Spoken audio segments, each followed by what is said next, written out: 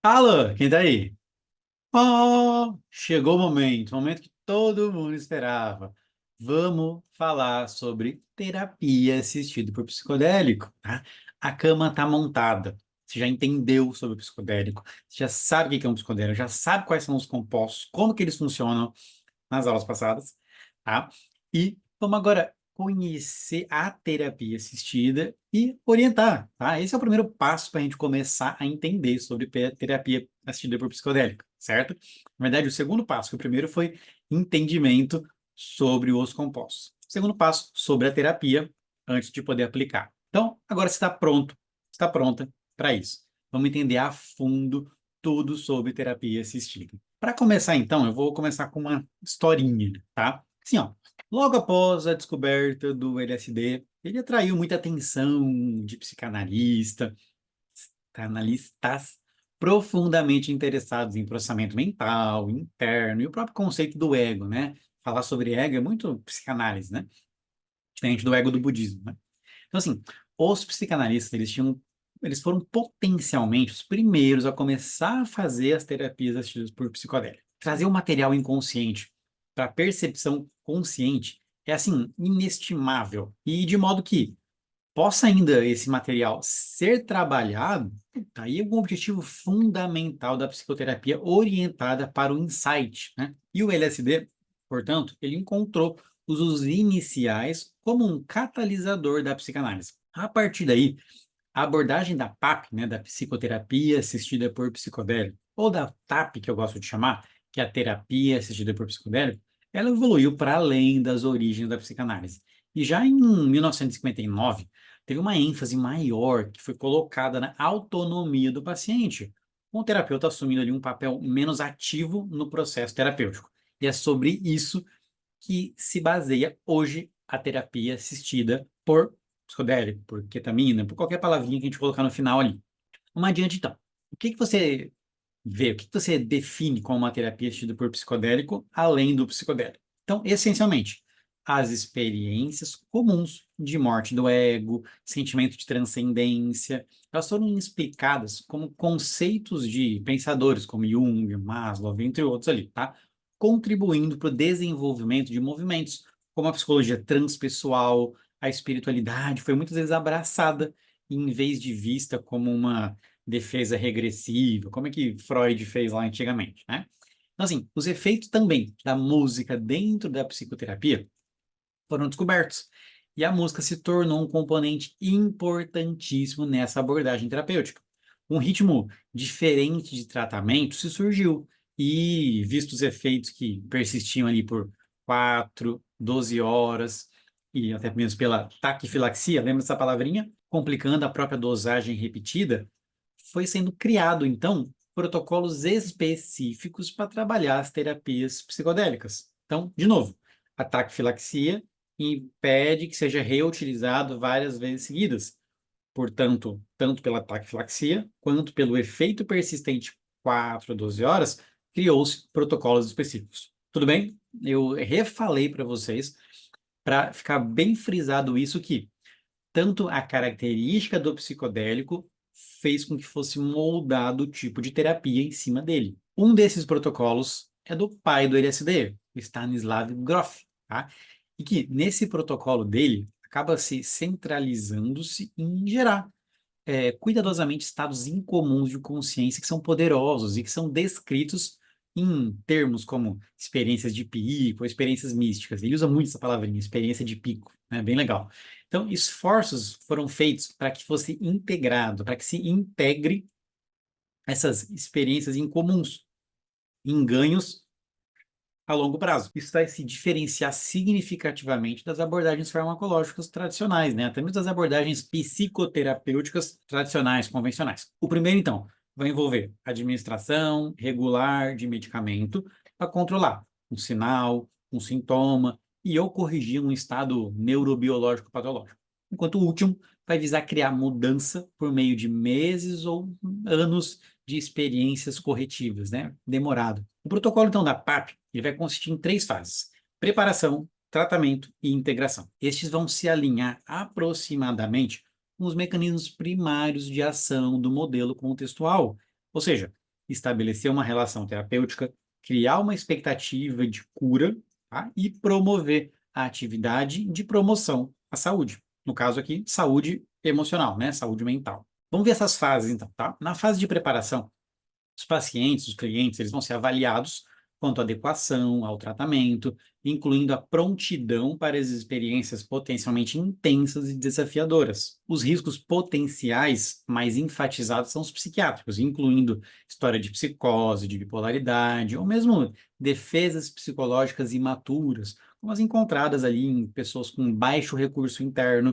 em pessoas com transtorno de personalidade borderline, ou outro termo que eu gosto de usar realmente assim é o recurso interno, tá? Esse para mim é fantástico, porque ele te dá a definição sem você conotar, sem você jogar aquela pessoa por um quadro de saúde mental específico. Porque às vezes não é borderline, às vezes é o trauma, né? O efeito do trauma que faz com que ela tenha baixo recurso interno, tá? Mas de qualquer maneira, avaliar sempre se o seu paciente ele tem recurso interno suficiente para trabalhar as questões colocadas a fundo, né, dentro do inconsciente, que foram ali guardadas naquele baúzinho que foi escondido e tapado o buraco. Às vezes a gente se surpreende, viu?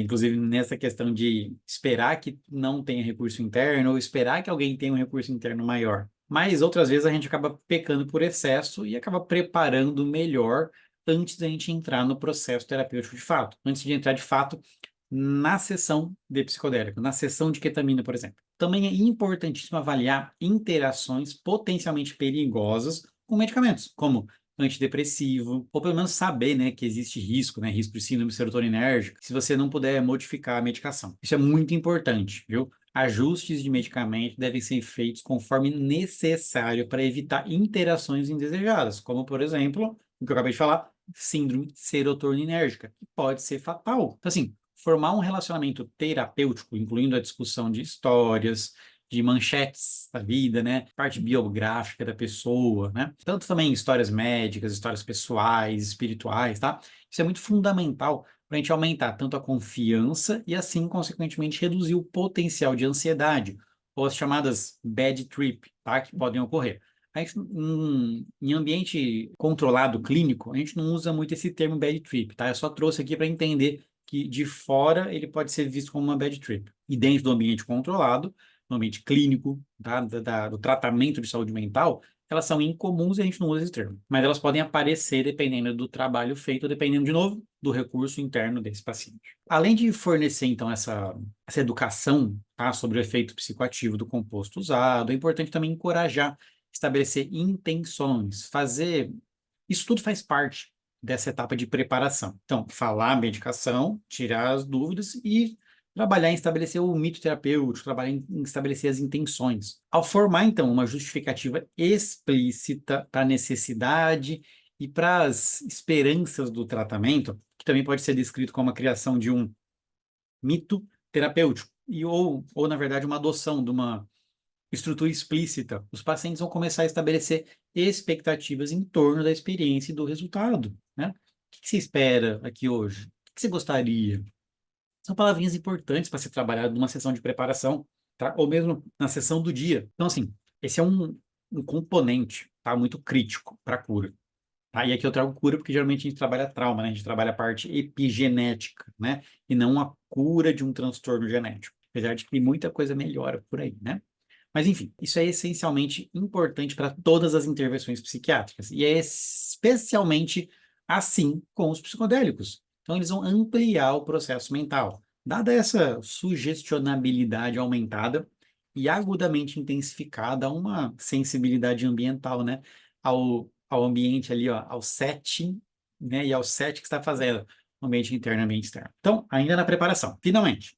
Se o paciente, ele é ali, o paciente ele deve ser tipicamente preparado, como se fosse com uma instrução de voo, que vai até mesmo retomar ali a década de 1950, tá? Incluindo instruções para que a pessoa ali vai se render mentalmente à experiência, ou então confiar, deixar, ir, tá aberto. Eu gosto particularmente do chamar de soltar o controle, soltar o ego, né? Tem um terapeuta muito famoso, inclusive, que ele usa a palavrinha nos Estados Unidos, né?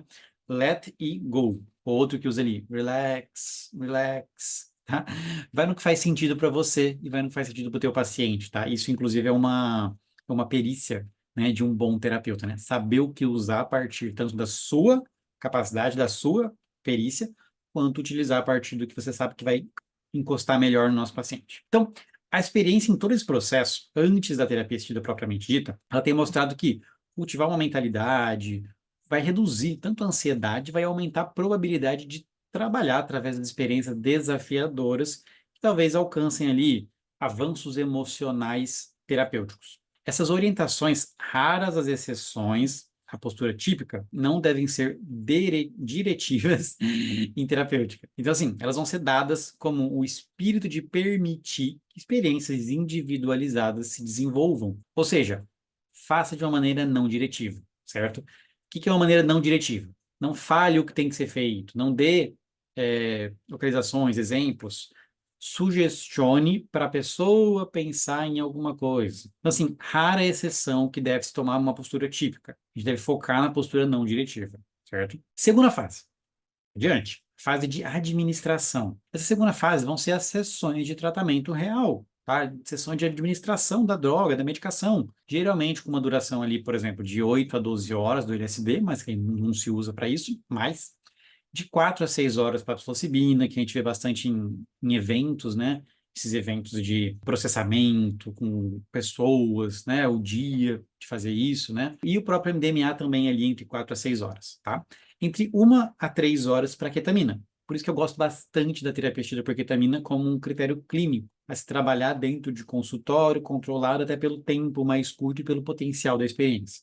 Os tratamentos, então, eles normalmente vão envolver 2 terapeutas ou 2 monitores, um homem e uma mulher, é o mais indicado que tem, principalmente para aumentar a segurança dos estados vulneráveis e para permitir breves intervalos ali, se uma sessão é mais longa. Teoricamente, a presença do terapeuta masculino e do feminino, ele pode evocar melhor a diversas expressões de padrões inconscientes, né, de relacionamentos interpessoais, em um processo ali psicológico conhecido como transferência. Então, se você tem só um terapeuta homem e a pessoa que você vai fazer o processamento, vai fazer a terapia assistida, vai tratar a depressão ali, por exemplo, ela sofreu muito abuso. Então, são coisas ali para a gente pensar como que eu vou melhor utilizar tanto o papel masculino quanto o papel feminino, certo? Então, os terapeutas e os monitores, tá? Eles vão ser muitas vezes referidos como guias,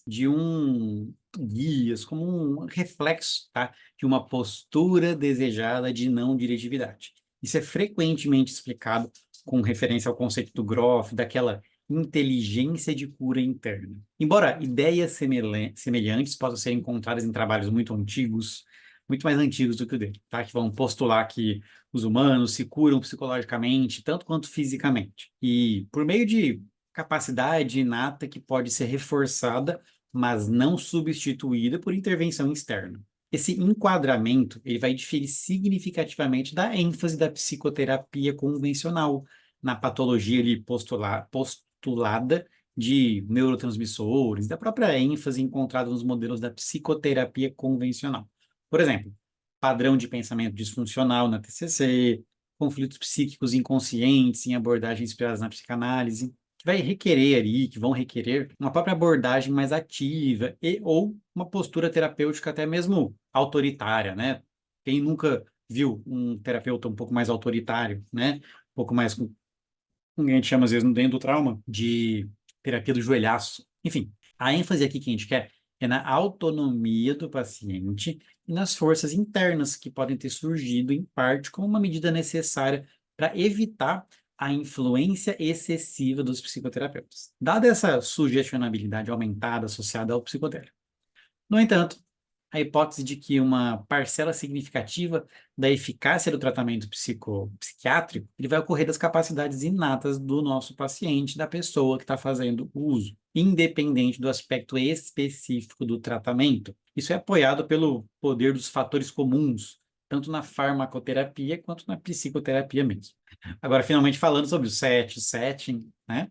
Bom, aquele conceito que a gente já falou inúmeras vezes ao longo dessas últimas aulas, é quase uma regra do psicodélico. É o set e o setting, o definir e o configurar, que eu gosto de chamar também de ambiente interno e ambiente externo. E isso eu não estou tirando do nada, tá? O uso do psicodélico em populações que variam desde usuários recreativos modernos à comunidade indígena tradicional, ele sugere uma incrível ênfase quase que universal na importância desse setting. É até interessante ver que psicodélicos ao longo do planeta Terra são utilizados na forma de setting em setting, mesmo com comunidades e pessoas ali em grupos que não se conversam, tá? É bem curioso isso. O primeiro, então, o set, ele vai se referir à mentalidade do paciente. E o segundo, setting, ao ambiente do tratamento. Esse é um conceito muito importante para a segurança e eficácia do tratamento. De outra forma, o set e o set eles podem ser descritos também como ambiente interno e ambiente externo imediato do paciente.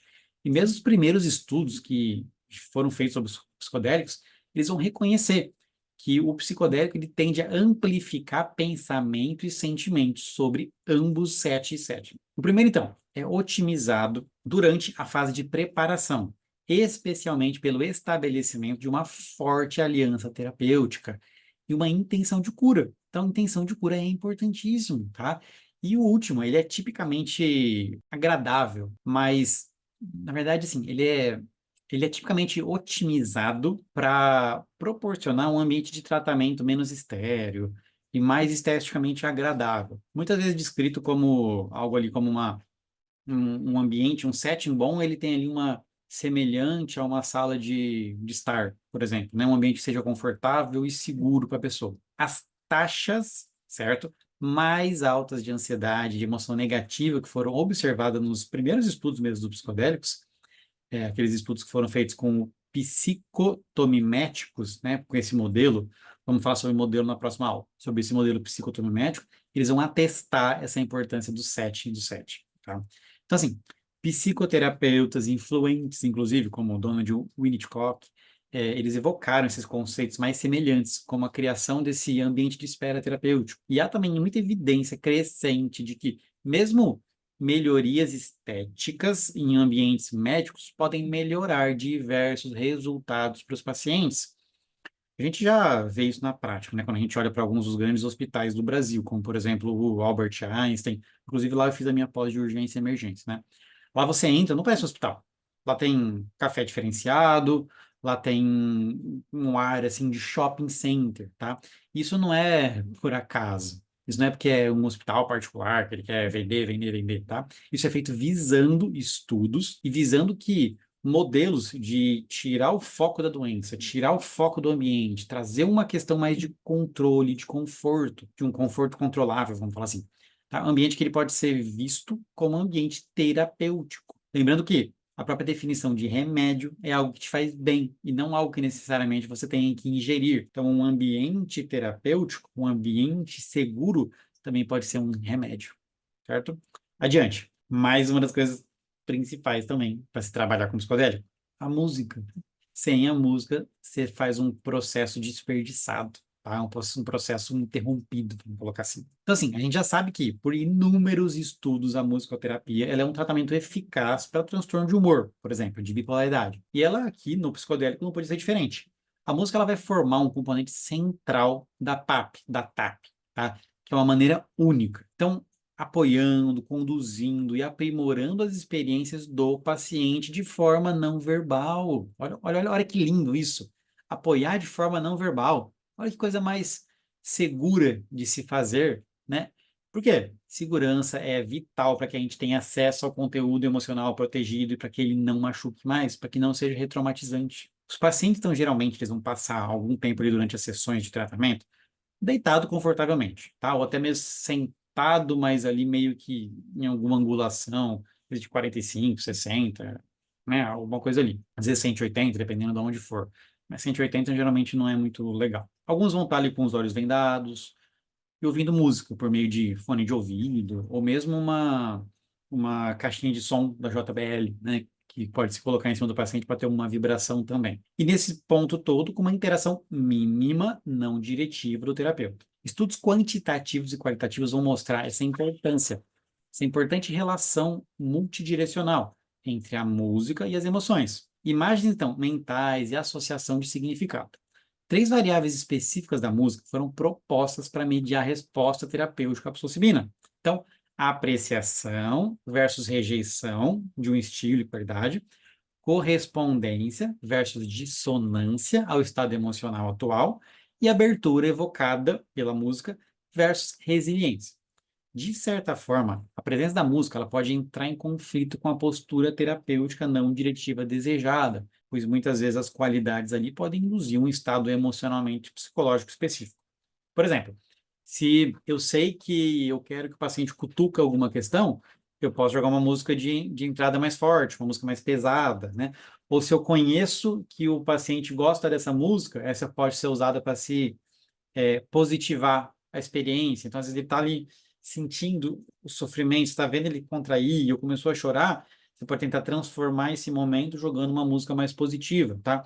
Isso é muito comum acontecer e pode-se até questionar se dessa forma ela é não diretiva. Eu considero ela pseudo-diretiva, porque assim, por mais que você queira jogar o paciente com uma música, você não tem a menor controle de que ele vai ser jogado para lá. Mas fica o questionamento, tá? O que que você acha? Então, sobre processo psicológico específico e a música, pegou, tudo entendido? A música também, ela vai ter uma função dupla. Ela pode melhorar o ambiente de espera, né? A gente viu isso muito em clínicas, tá? Como ela também pode evocar uma resistência interna, muito parecido com outras intervenções terapêuticas diretivas. A resistência, ela é mitigada pelo incentivo para se abordar as reações negativas a uma música, específica com abertura, com aceitação. E a música também pode frequentemente ser adaptada pelo terapeuta durante o processo, né? Você não precisa deixar solto. Você pode ir modificando ali a música a partir do conceito, da intenção que foi estabelecida e a partir da resposta que a pessoa apresenta dentro da sessão. Por exemplo, você monta uma playlist para a sessão. Você pode deixar ela seguir sozinha, tá? Do jeitinho que você planejou. Tem até algumas playlists bem bacanas que elas fazem um processo emocional específico, elas evocam algo ali, sempre do mesmo jeito. Ou mesmo para fazer uma terapia genérica, tá? Deixar ali. Ou você pode mudar você mesmo, guiando o processo para sentir o que tem que ser sentido no momento que você quer que a pessoa sinta. Ou a partir, por exemplo, o paciente ele vai lá, você sentiu que ele entrou num beco doloroso. Você pode deixar mais tempo ali para processar aquilo, ou você pode mudar para outro. Mudou a música, geralmente mudou o processo. Ele sai daquilo. Ou ele entra um pouquinho mais fundo, a depender do que você está colocando. Então, assim, pode positivar com a música ou pode aprofundar mais com uma experiência mais densa. São inúmeras as maneiras de se conduzir a música em uma terapia assistida. Por fim, então, a fase de integração. Na verdade, todas as fases são principais, né? Mas essa, de fato, é a fase que uma boa integração muda completamente um tratamento. Eu considero talvez a fase mais importante. Ela é mais importante, inclusive, do que a própria sessão da medicação. Após, então, a sessão da terapia assistida, após a aplicação da medicação, vão ocorrer ali outras sessões que a gente vai chamar de sessão de integração, que é uma sessão sem o uso da medicação. Geralmente, dentro ali de um dia após o primeiro tratamento, o tempo de ouro geralmente é realmente entre 24 a 48 horas. Só que assim, pode às vezes durar várias horas. Como pode ser também ser esticada um pouquinho a sessão do psicodélico para se já trabalhar na hora essa primeira integração, né? Tem que ser abordado depois, mas às vezes é legal puxar um pouquinho ali, né? Mas sempre de maneira não diretiva, tá? Vamos falar assim, de maneira para tentar evocar o que foi resgatado ali, né? Deixar ser processado. Como se você estivesse, assim, ajudando uma criança a arrumar um quebra-cabeça, supervisionando, fazendo as peças próximas, deixando ela fazer sozinho esse processo. Tudo bem com essa metáfora? Ah. Então, assim, essas sessões de integração, geralmente elas incorporam os elementos de várias escolas da psicoterapia, incluindo TCC, psicodrama, terapias existenciais de criação de significado, tá? Sistêmica, sistema familiar interno, que é fantástico para trabalhar, né? Aquela teoria do trabalho de partes emocionais. Enfim, tem muito espaço bom para isso. E os aspectos mais exclusivos da PAP, da terapia assistida por psicodélico, vão incluir geralmente encorajar o paciente a escrever relato detalhado sobre a experiência, muitas vezes uma experiência intensa, né, para facilitar o trabalho. Eu gosto de oferecer um documento de reflexões, como se fosse algumas perguntinhas para guiar o paciente a responder, a escrever e levar, inclusive, na primeira sessão de integração. que pode ser feito com a pessoa que fez a aplicação da medicação, ou pode ser um terapeuta que já faz uma assistência, um psicoterapeuta que faz acompanhamento. O destaque aqui eu sempre coloco para terapeutas de trauma, ou que vai ser o futuro da psicoterapia também, que é o terapeuta de integração. Mas, tal como acontece com uma sessão de tratamento, os terapeutas mesmo são encorajados a permitir que a própria experiência do paciente e a criação de significado se desenvolva como acontecer, né? Como se quiser, sem a influência indevida. Tá? Os pacientes eles são normalmente encorajados a se envolver em várias atividades de promoção à saúde nesse meio tempo, nesse gapzinho ali até de 48 horas, um dos principais fatores comuns da psicoterapia. Que são essas experiências, né? Que são essas intervenções comportamentais. Vai ser, às vezes, fazer um yoga, abraçar uma árvore, fazer algo de espiritualidade, o que a pessoa gostar, né? Ou seja, acionar os recursos internos e os recursos externos para uma mudança, para uma virada mais forte. Tais dessas intervenções comportamentais provavelmente vão contribuir significativamente para o benefício duradouro que é obtido na PAP. Por que provavelmente? Porque a gente não consegue provar ainda isso muito, mas é nítido que quando tem esse tipo de experiência, quando tem esse tipo de trabalho nas psicoterapias assistidas, a resposta é infinitamente muito melhor. Isso é evidenciado pela magnitude da mudança terapêutica que é observada em terapias que consistem inteiramente em ativação comportamental. Respirou? Tudo bem por aí? E assim a gente vai chegar ao final dessa aula de terapia assistida por psicodélico. Você acha que está fazendo sentido, que fez sentido essa aula para você? Depois você me conta, certo? Te vejo na próxima aula e muitíssimo obrigado por chegar até aqui.